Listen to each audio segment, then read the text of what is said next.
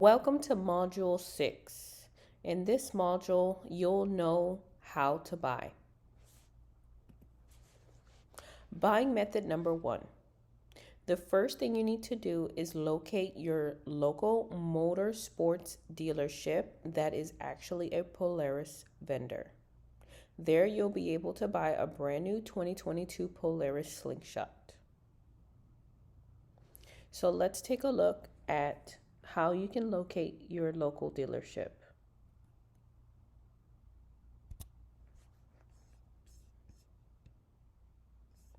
So go to slingshot.polaris.com, and up on the top right corner, you're going to see it says Find Dealer. Once you click on that, all you have to do is search by zip code. So this is my zip code, and as you can see, the first dealer is Gables Motorsports in Miami. So they actually only have one in Miami. And the second one is Broward Motorsports in Hollywood, Florida. This is actually the location where I buy all of my Slingshots. So let's test out another zip code. Let's try California. I used to live here on 95-123 in California. So as you can see, for this zip code, the nearest one is in Elk Grove, California, at the California Customs. You have North Cal Power Sports and Marina, Clausen Motorsports, Central Coast Yamaha. So all of these are Polaris dealerships. So go to slingshot.polaris.com, type in your zip code, and you'll be able to find your nearest Polaris dealer. All right. So back to buying method number 1. So when it comes to Slingshots, due to the pandemic, they have low inventory because of the manufacturing limitations when it comes to social distancing. So previously, you were able to go to the dealership and they had a bunch of different floor models for you to choose from, and you could even do a test drive. That's no longer the case. Now what you have to do is pre-order your Slingshot. So in order to do that, you have to go to the dealership. They are going to require a deposit. And once you pay your deposit, they are going to order your specific Slingshot. And you get to choose whichever color you want. And that Slingshot, that specific VIN number is tied to you. So once it arrives to the dealership, they cannot sell it to anyone else. When you go to the dealership, you can choose to pay with cash, credit card, debit card, or finance. If you choose the financing options, they will require a minimum down payment and a credit application. So the financial institutions may also require for you to provide proof of income depending on your credit score. So typically, if your credit is higher than 650 and your income is around 100,000 or more per year, then they are going to ask for no documentations. But if you have a lower credit score and your income is, in the middle, then they most likely might ask for documentations. So the entire financing process takes anywhere between 2 to 6 hours, and that's just due to whatever documentations are required, and for the finance manager to communicate back and forth with the financial institution. Typically, the terms are as low as 4.99% interest for 72 months. So when it comes to the credit application, the finance manager is going to run your credit report and present it to several different banks for approval. So sometimes you can actually get approved for 2 to 3 different banks, and you just choose which one you want to move forward with and which one has the most favorable terms and conditions for you. Buying method number 2. You're going to, with this method, you're going to buy a pre-owned Polaris slingshot directly from an existing owner. So typically, these slingshots were purchased by owners for leisure, and sometimes they just sit and collect dust and they don't, have the time to joyride. So they decide to sell their, hobby car. So if you find one for sale by an existing owner, what you can do is you can actually become a cash buyer and do the transaction via cash. So when it comes to the buying process, what you want to do is you want to test drive the slingshot to make sure that it's running fine mechanically. If you have a mechanic that can come take a look at it, that would also be ideal. Or you can ask the owner to meet you at a mechanic garage so that they can see it and, make sure that it's in good operating condition. You also want to ask the owner why they are selling. So sometimes they're very transparent and they'll let you know if it has any issues, or if they were personally renting it out, or if it was just personal use. Once everything checks out, then you can do the actual purchase, which is you exchanging your cash money for the title.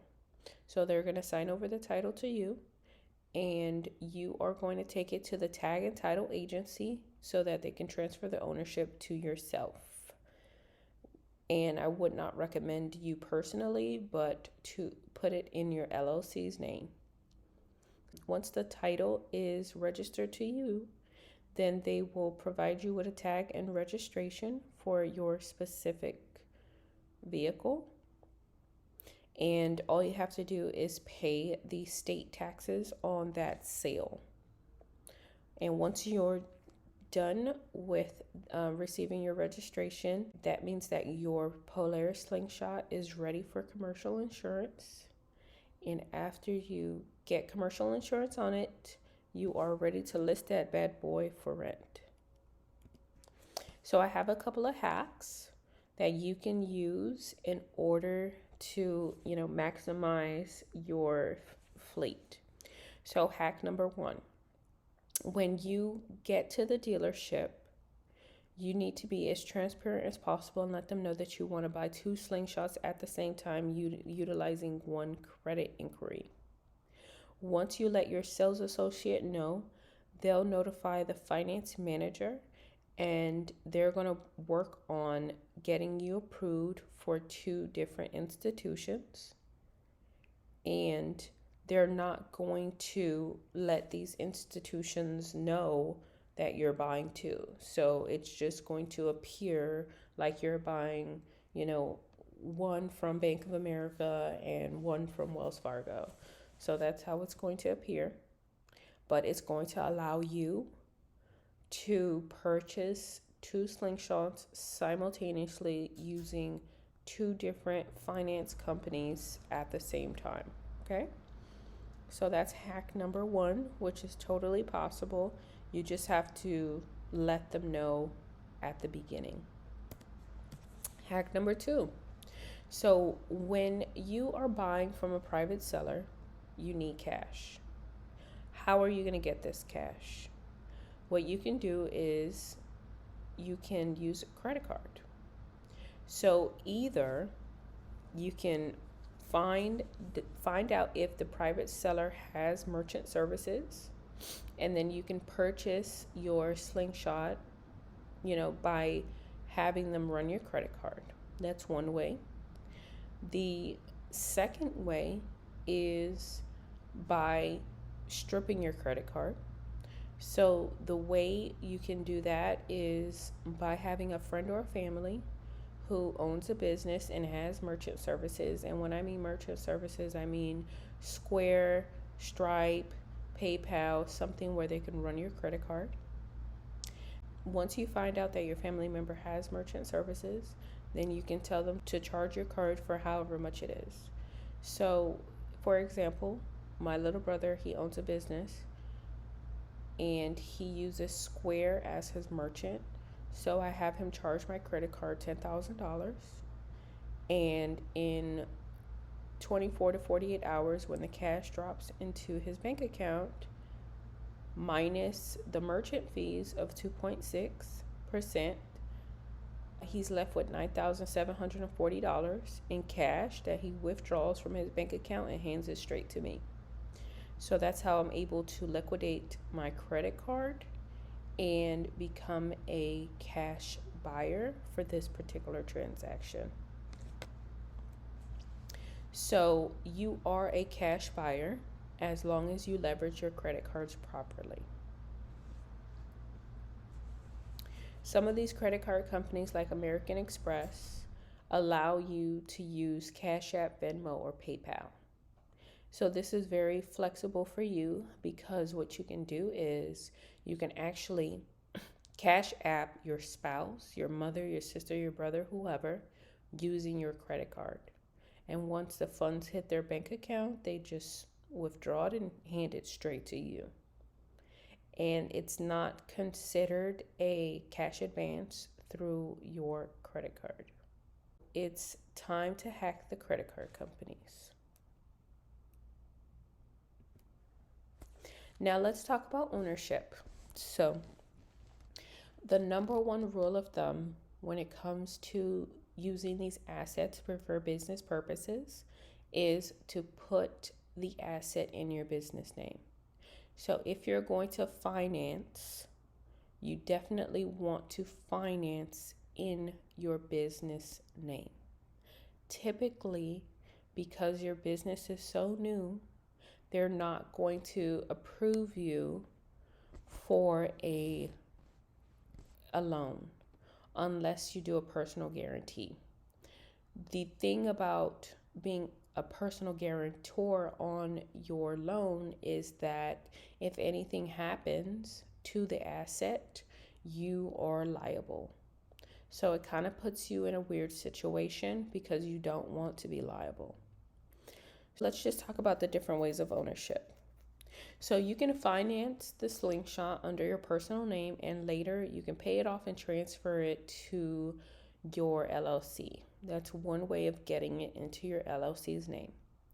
You can actually finance the Slingshot in your personal name, and then you can refinance it a couple months later. I would say probably 3 months later, you can refinance it using a different bank. You can use banks like Bank of America, Navy Federal, and Ally Bank. Those banks will gladly refinance in your business name. So you can also wait that 90 days in order to establish business credit on your new LLC, and then you can purchase the Slingshot outright under your business name. But like I said, you might have to be a personal guarantee on that loan.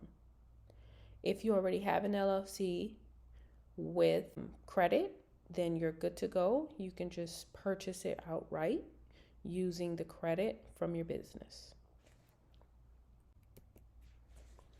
So the Slingshot Rental Company is an LLC, a limited liability company.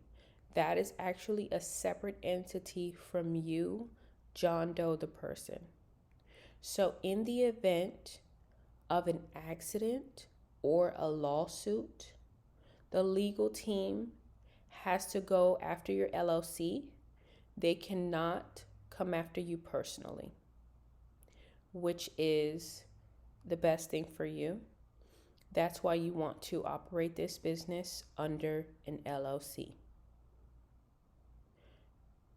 So I recommend that you do not hold these assets in your personal name for a long period of time.